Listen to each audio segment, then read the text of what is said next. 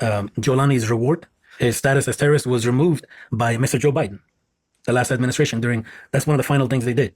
And so now we have a new administration. I wish President Trump reimposes those, lists him as a terrorist, which he is.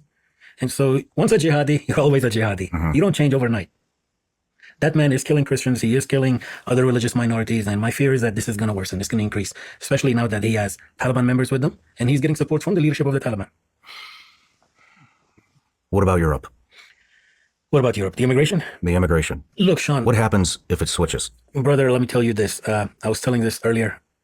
If we look at this as, hey, all Muslims are terrorists, you have 1.6 billion Muslims in the world. If they were terrorists, you would see it. You would see the problem.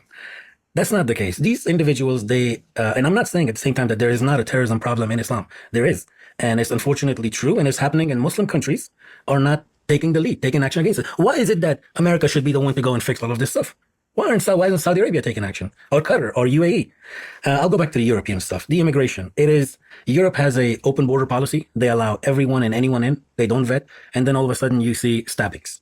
I recently saw that unfortunately, an Afghan immigrant stabbed, I think, a 4-year-old child and his parent. And then when the cops arrested him, he was just laughing. You will see that laughter in America, here, in our own communities, unless that border is closed, the southern border, and unless you start vetting, unless you start paying attention to who you're allowing into this country. Europe opened its borders, all of these migrants came in, and now they're dealing with it. I mean, the other fear, too, is not just street crime. I mean, when I'm talking about our allies, and we're talking about a no immigration policy, I mean, these are nuclear powers as well. And, we bat back and forth with Iran. Well, what happens when when the UK government gets overturned and it is all Islamic extremists?